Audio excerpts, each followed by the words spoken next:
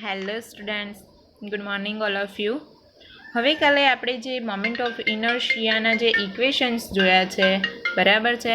તો ઇક્વેશન્સ પરથી આપણે હવે કેવું છે કે એક્ઝામ્પલ ફાઇન્ડ કરવાના છે કે કયા સેક્શનમાં આપણે સેન્ટર ઓફ ગ્રેવિટી કઈ રીતે કરવાનું છે, એની રેફરન્સ લાઇન કઈ થશે, એના પરથી આપણે સેન્ટર ઓફ ગ્રેવિટી શોધીશું અને મોમેન્ટ ઓફ ઇનર્શિયા શોધીશું. બરાબર.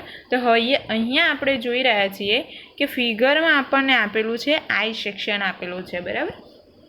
તો આઈ સેક્શનમાં આપણે શું છે કે ડિફરન્ટ 3 ટાઈપ્સના આપણે સેક્શન અલગ પાડવાના છે. હવે તમે ફિગરમાં જોઈ રહ્યા છો કે જે ફર્સ્ટ સેક્શન આપેલો છે, વચ્ચેનો જે છે સેકન્ડ સેક્શન આપેલો છે અને લાસ્ટવાળું થર્ડ સેક્શન આપેલો છે. બરાબર.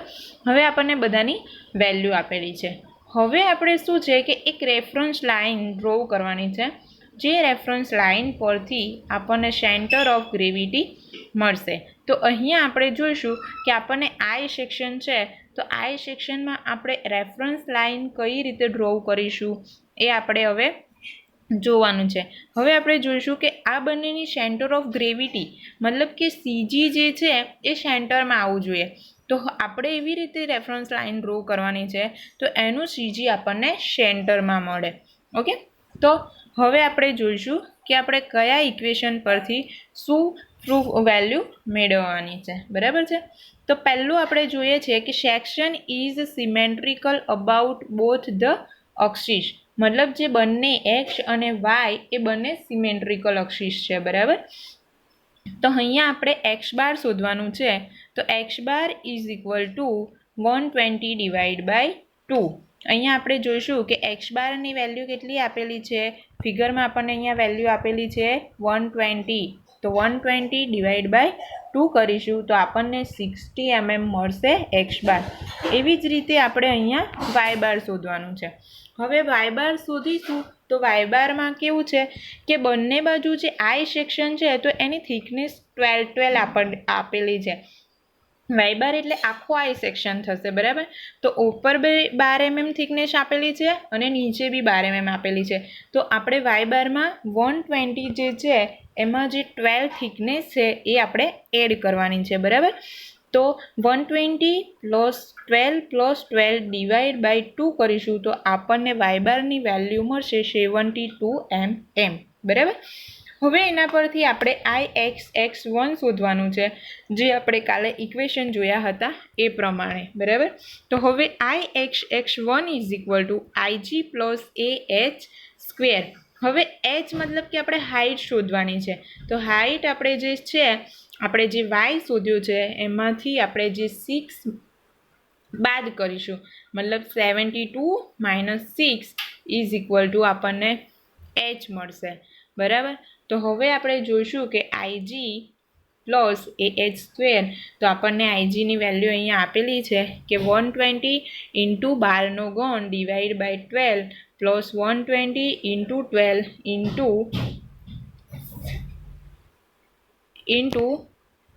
66 સ્ક્વેર, મતલબ h આપણને મળશે 76. બરાબર. તો હવે આપણને એની વેલ્યુ મળશે, IXX1ની વેલ્યુ મળશે 6.289 ઇન્ટુ 10⁶ mm⁴.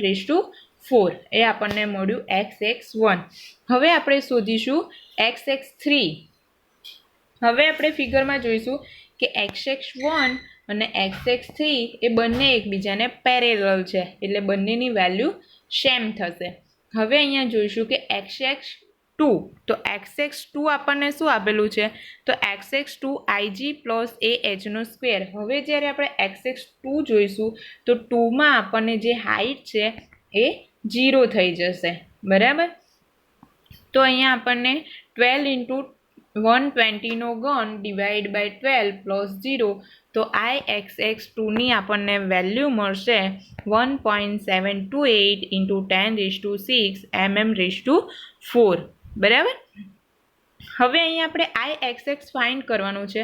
તો IXX1, IXX2 અને IXX3 ની વેલ્યુ આપણે પુટ કરીશું તો જ્યારે આપણને આન્સર મળશે 14 ઇન્ટુ 306 ઇન્ટુ 10⁶ mm⁴. હવે જે ત્રણેય સેક્શન્સને આપણે ડિવાઈડ કર્યા છે તો ત્રણેય સેક્શન્સ પ્રમાણે આપણે IXX1 શોધ્યું, IXX2 શોધ્યું, IXX3 શોધ્યું. એના પરથી આપણને IXXની વેલ્યુ મળશે. હવે એ જ રીતે આપણે જેવી રીતે IXX શોધ્યું છે એવી રીતે આપણે IYY શોધવાનું છે. તો IYY1 is equal two IG plus AH2. તો આપણને એની વેલ્યુ પુટ કરીશું તો 12 ઇન્ટુ 120નો ઘન ડિવાઈડ બાય 12, અહીંયા હાઇટ 0 થઈ જશે તો આપણને વેલ્યુ મળશે 1.728 ઇન્ટુ 10⁶ mm⁴. બરાબર. હવે આપણે Y3, તો Y1 છે એવી રીતે સેમ ટુ સેમ Y3 છે તો બંનેની વેલ્યુ એક જ આવશે. હવે આપણે Y2 શોધીશું તો Y2માં કેવું છે કે Y2માં 120 ઇન્ટુ 10⁻³ આવશે ડિવાઈડ બાય 12 આવશે અને એની વેલ્યુ આપણને મળશે 172 mm⁴. બરાબર.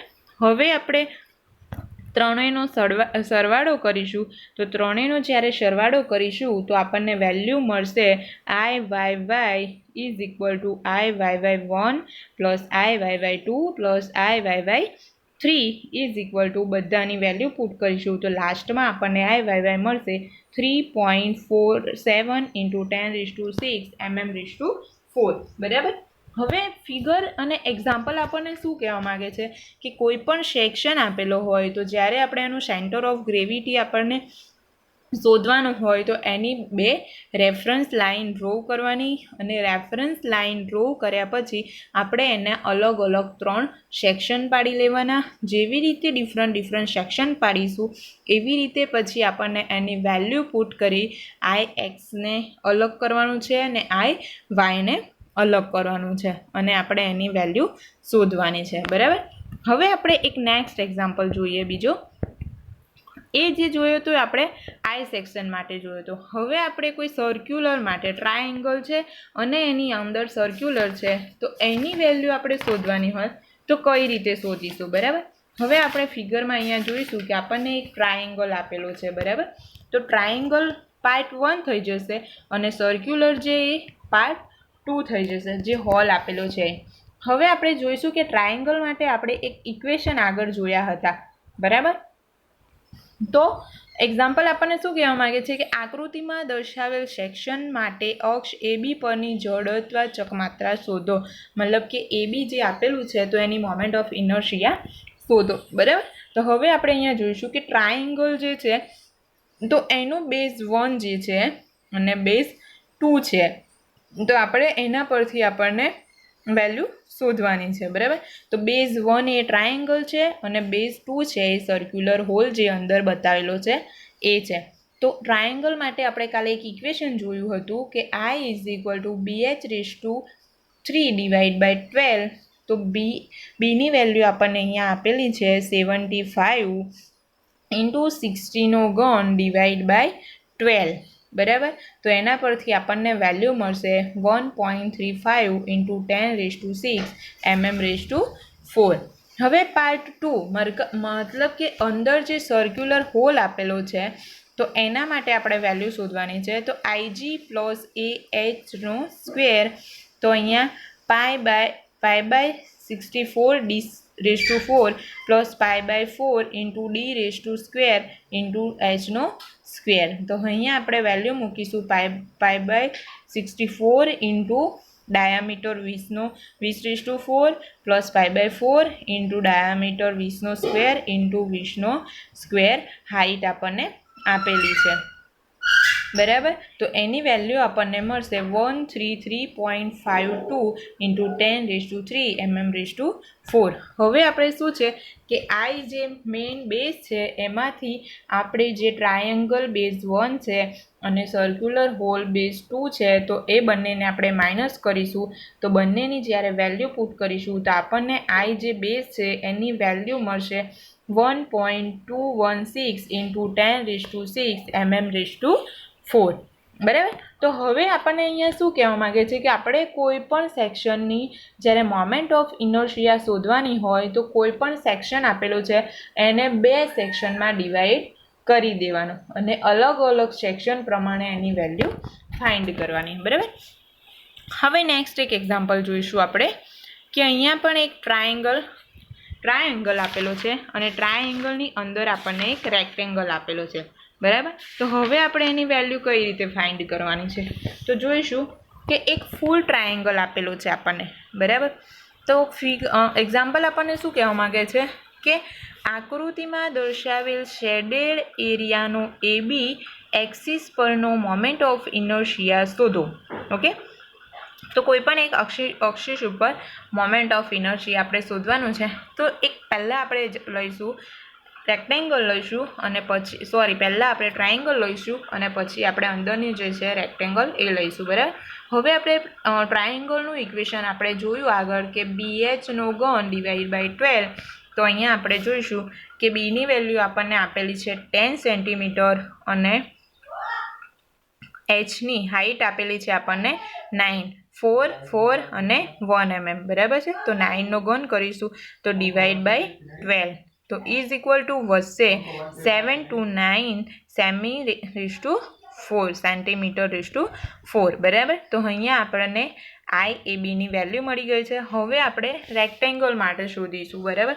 તો રેક્ટેંગલ માટે આપણે જોઈશું કે રેક્ટેંગલ માટે આપણને ઇક્વેશન આપેલું છે IG + AH², તો ઇઝ ઇક્વલ ટુ વધશે 2 × 4નો ઘન /12 પ્લસ 2 × 4 મતલબ એરિયા આપણને આપેલું છે અને × 3² થશે, બરાબર. તો આપણે AB2ની વેલ્યુ આપણને મળશે A2 × 4 6 7 સેમી/4, બરાબર છે.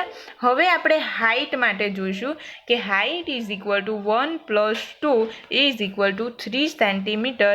તો IAB is equal two IAB1 - IAB2. તો આપણને જે IAB1ની વેલ્યુ જે મળી છે 729 - 82.67, બરાબર છે. તો ઇઝ ઇક્વલ ટુ આપણને વેલ્યુ મળશે 646 × 33 સેમી/4, બરાબર છે. તો અહીંયા આપણે જોઈ રહ્યા છે કે આપણને ટ્રાયેંગલ આપેલો છે, એ બધાની વેલ્યુ આપેલી છે, બંને બાજુ કેટલો આપણે એક રેફરન્સ લાઇન ડ્રો કરી છે, બરાબર છે. એના પરથી આપણે બધી વેલ્યુને પુટ કરીશું તો આપણને લાસ્ટમાં જે બેઝ છે એની વેલ્યુ મળી જશે IABની વેલ્યુ, બરાબર છે. તો આવી રીતે આપણે બધા જ એક્ઝામ્પલમાં વેલ્યુ પુટ કરીને આવી રીતે અલગ અલગ સેક્શન દોરી અને બધાની વેલ્યુ ફાઇન્ડ કરવાની છે. ઓકે, તો અહીંયા આપણું ચેપ્ટર ફિનિશ થાય છે. હવે આપણે નેક્સ્ટ ચેપ્ટર જોઈશું, બરાબર.